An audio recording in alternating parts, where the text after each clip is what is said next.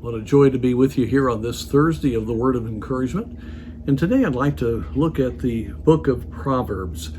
Oh, these Proverbs just get right to the heart of the matter, and it's always very helpful and many times insightful and convicting to read them. Today, I would like to look at verse 16. Just pull that out of chapter 15 of Proverbs.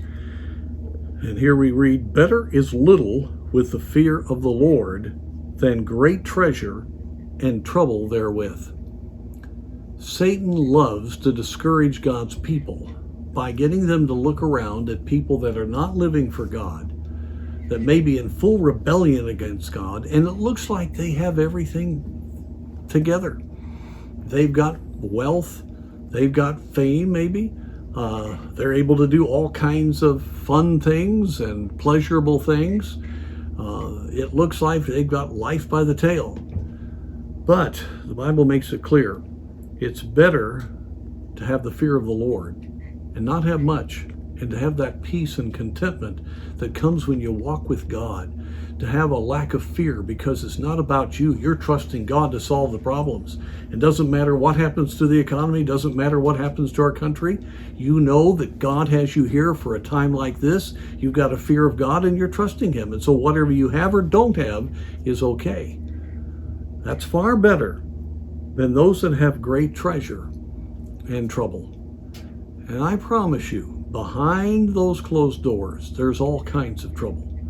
When people are living for self, when people are endeavoring to gain things for themselves, there's power struggles, there's all kinds of relationship issues, sin comes in and devastates people's lives.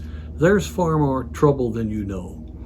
All you have to do is read about the lives of famous people, people that you admire, and realize oftentimes the deep heartache and trouble that they have. What drives men and women that are controlling countries and to do the things that they do is that insecurity and that desperate need to achieve and the fear they have of losing that. But if you're walking in the fear of God, that's not going to be your issue. You're going to have great blessing. And that's a way to stay encouraged, because we're not looking to satisfy self. We're looking to please the Lord. And whatever God brings along our way, we accept it. We're excited about it, even though we may be hurting about it, but we're excited to do the Lord's will. So let's not be envious. Let's don't look at the wicked.